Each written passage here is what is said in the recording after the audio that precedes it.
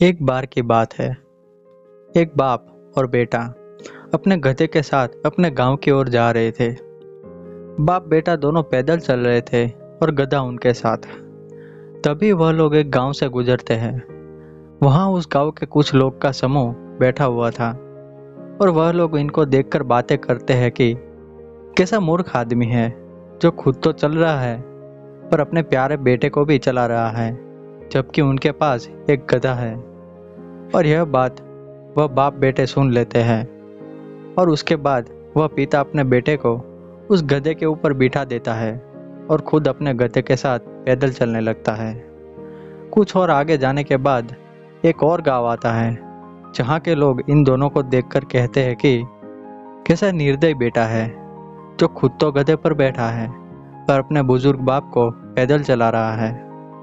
इन लोगों की बात सुनकर बेटा गधे से उतरकर अपने बाप को गधे पर बिठा देता है और दोनों बाप बेटे फिर से आगे बढ़ने लगते हैं। आगे जंगल के रास्ते से गुजरते समय उन दोनों को कुछ और लोग मिलते हैं जो कहते हैं कि कैसा कठोर पिता है जो खुद तो गधे पर बैठा है पर अपने मासूम बेटे को पैदल चला रहा है।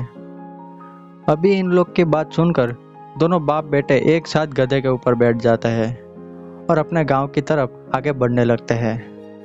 आगे चलते चलते उन बाप बेटे को कुछ और लोग मिलते हैं जो इनको देखकर आपस में बातें कर रहे थे कि कैसा मूर्ख आदमी है जो खुद तो गधे पर बैठा है और साथ साथ अपने बेटे को भी गधे पर बिठाया है और दोनों बाप बेटे मिलकर गधे पर जुल्म कर रहे हैं। इन लोगों की बात सुनकर आखिर में बाप बेटे का दिमाग खराब हो जाता है और दोनों समझ गए थे कि अगर हम इन लोगों की बात सुनते रहे तो अपनी मंजिल तक कभी नहीं पहुंच पाएंगे।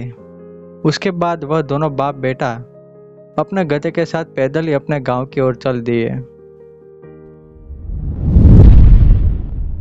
इस कहानी से हमें यह सीख मिलती है कि हमें लोगों की बात पर ध्यान ना देकर अपनी मंजिल की ओर ध्यान देना चाहिए, क्योंकि इस दुनिया में बहुत सारे लोग हैं जो आपको आपकी मंजिल से भटकाने के लिए बेताब हैं और हर एक इंसान के अलग अलग विचार होंगे, पर आप सबकी राय तो नहीं मान सकते। तो आपका दिल जो कहे वही करे। आपको उन सबको नज़रअंदाज करके अपनी मंजिल की ओर कदम बढ़ाए चलना है।